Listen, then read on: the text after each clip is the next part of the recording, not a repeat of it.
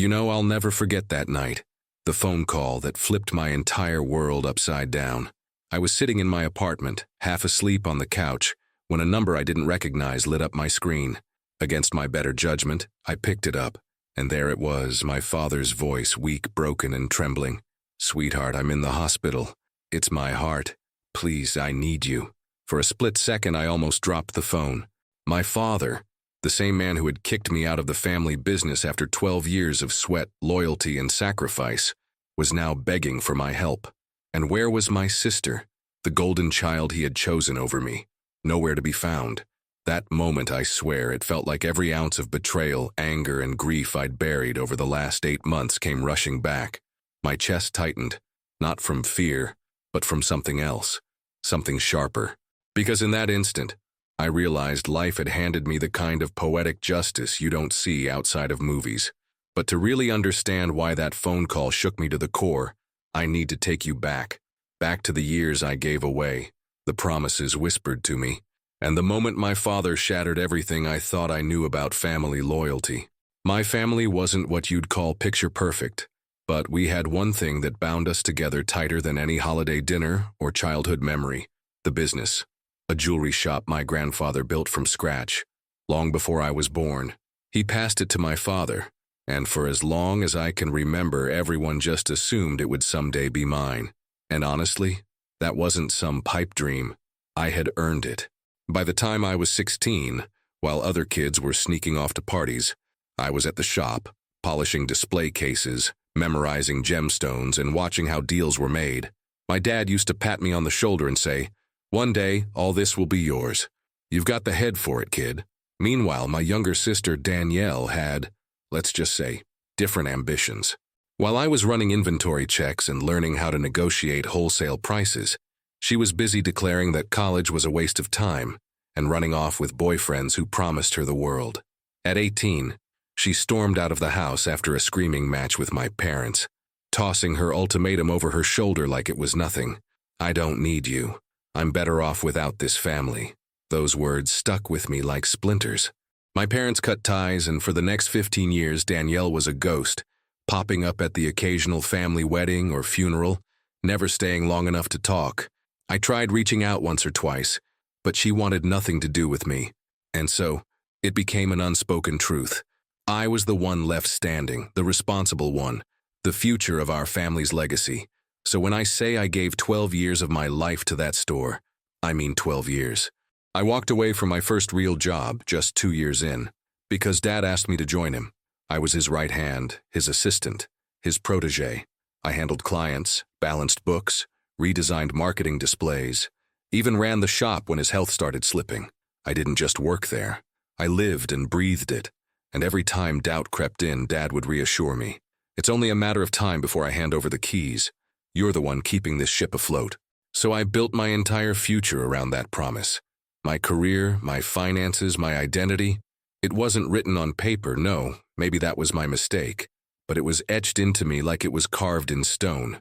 But promises, as I would learn, can be shattered with a single decision. It all started when my dad got sick.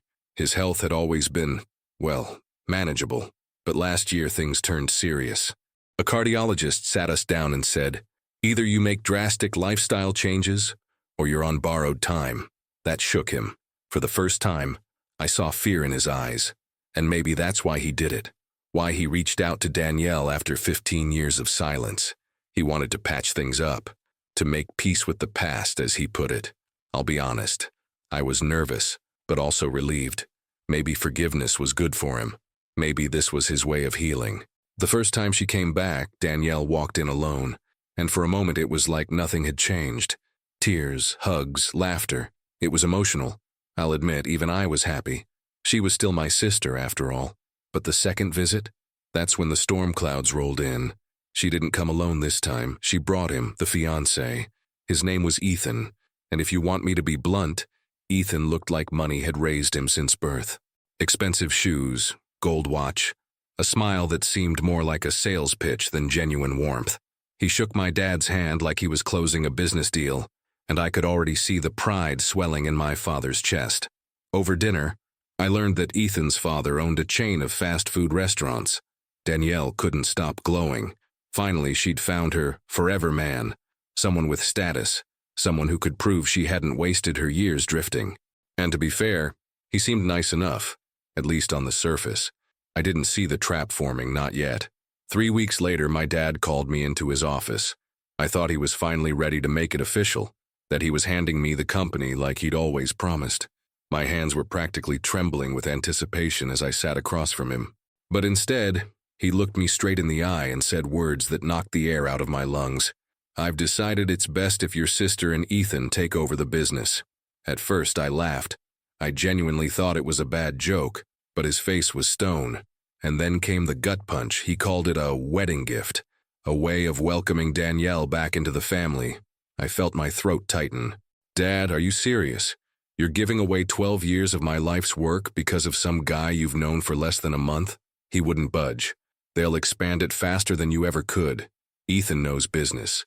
His father built an empire." That's when I realized.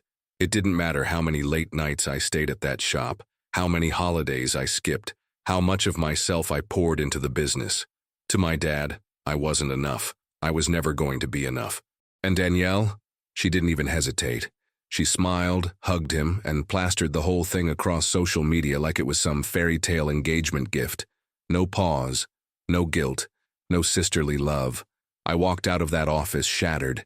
12 years erased in one conversation.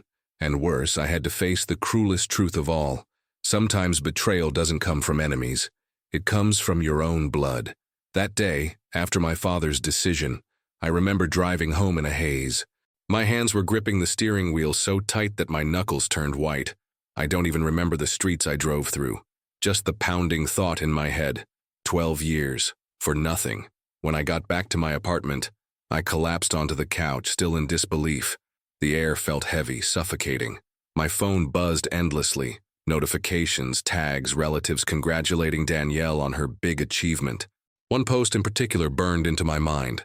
A picture of her beaming, holding Ethan's hand, captioned, "The greatest wedding gift ever. Our family legacy. Our family legacy. Mine."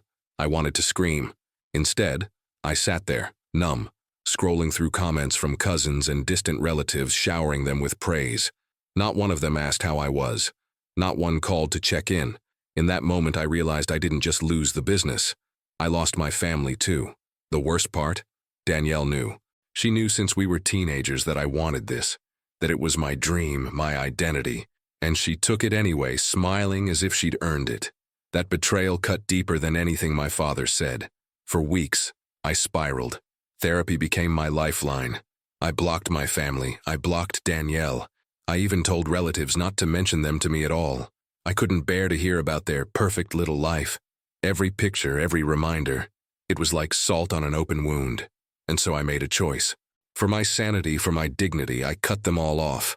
No calls, no visits, no explanations. They had made it clear I was disposable, and if they didn't need me, then I didn't need them. It was the hardest break I'd ever made, but also the only way forward. Little did I know, though, life had its own way of circling back. And 8 months later, when my phone rang that night with my father's trembling voice on the other end, the same man who had thrown me aside was now begging for my help. At first, cutting ties felt like ripping the floor out from under me. I'd wake up some mornings and just stare at the ceiling, asking myself who I even was without that shop. For 12 years, my life had revolved around polishing jewelry, closing deals, building something I thought was mine. Now, it was like someone had erased me with the stroke of a pen. But here's the thing about hitting rock bottom. You either stay there or you bounce. And slowly, I started to bounce. Therapy sessions gave me perspective. My therapist once told me, "You poured yourself into something that was never truly yours. Now it's time to build something that's yours alone." That hit me like a lightning bolt. For the first time, I wasn't thinking about revenge or bitterness. I was thinking about freedom. So I started small. I dusted off my resume, applied for jobs I never thought I'd be qualified for, and landed a position in a luxury retail company. At first, it was humbling. Not being the boss's kid anymore, not being the one in charge. But as weeks went by, I realized I was thriving. People respected me for my skills, not my last name. Every project I led, every client I closed, it was all mine. No one could take the credit away this time. Outside of work, I began rediscovering myself too. I reconnected with old friends I'd neglected, started running in the mornings, even picked up painting again, a hobby I'd dropped back in college. Slowly, my apartment stopped feeling like a place I crashed in and started feeling like home. And for the first time in years, I felt light, free. I wasn't living under anyone's shadow anymore. Of course, I thought I had closed that chapter for good. No contact, no drama, no family. I was moving on. But destiny, as it always does, had other plans. Because just when I was finally standing tall again, that phone rang. My father's voice on the other end, weak, pleading, desperate, dragged me right back into the story I thought I had left behind. When I picked up that phone 8 months later, I almost didn't recognize my dad's voice. It was shaky, desperate, nothing like the stern, confident man who had once looked me in the eye and told me I wasn't enough. "Son," he whispered, almost out of breath, I need your help." At first, I wanted to hang up. Every instinct in me screamed that this was another trap, another way of pulling me back into their chaos. But something in his tone, broken, almost childlike, made me pause. So I listened. Turns out, the perfect couple wasn't so perfect. Ethan, the golden fiancé, had been siphoning money out of the business almost from the moment he got his hands on it. He'd sold inventory under the table, borrowed from the accounts, and worst of all, he convinced Danielle to co-sign on loans she didn't understand. They were drowning in debt. The shop, the crown jewel of our family, was circling the drain. And Danielle?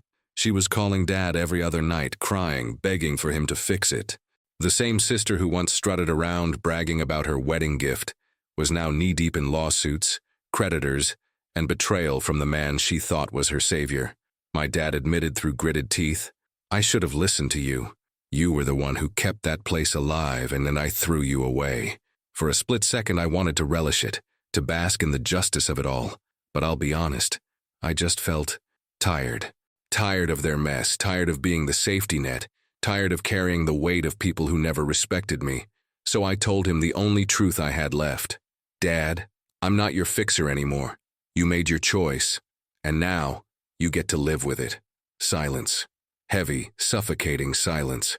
For the first time in my life, I hung up on my father. And I didn't feel guilty. Not one bit. Over the next few months, word trickled down through distant relatives. Ethan bailed. Danielle was left with nothing but debt collectors and broken pride. The business? Gone. Foreclosed. The very thing they had stolen from me turned to ash in their hands. Poetic justice, right? The same gift that was used to betray me became the curse that destroyed them. And the best part? I didn't have to lift a single finger. Life did the work for me. Looking back now, it almost feels like a story someone else lived. A bad dream I finally woke up from. There was a time when I would have given anything, my pride, my peace, even my future, just for my father's approval, for my sister's love. I thought family was supposed to mean unconditional loyalty. But what I learned is that family isn't defined by blood. It's defined by respect. And when respect is gone, all that's left is manipulation and pain. I won't lie. Part of me felt satisfaction when their little empire crumbled. But more than that, I felt free. Free because I didn't have to carry their mistakes anymore. Free because I realized I was never the failure my father painted me as. I was just the scapegoat. And here's the kicker. I didn't just survive without them. I thrived. I built a career on my own name. I built friendships that weren't based on obligation. I built a life that's mine, not borrowed, not stolen, not gifted from someone else. Sometimes I still get the occasional text from extended relatives. "You should really reach out. Your dad isn't doing well." Or, "Danielle regrets everything. Maybe you could forgive her." And maybe one day I will. But not today. Because healing doesn't mean rushing back into the fire. It means protecting your peace. So if there's one thing I've taken from this whole mess, it's this. Blood may be thicker than water, but peace of mind, that's priceless. And to anyone listening who's ever been thrown aside, betrayed by the very people who should have lifted you up, remember this. Sometimes the biggest blessing isn't getting back what you lost. It's realizing you never needed it to begin with.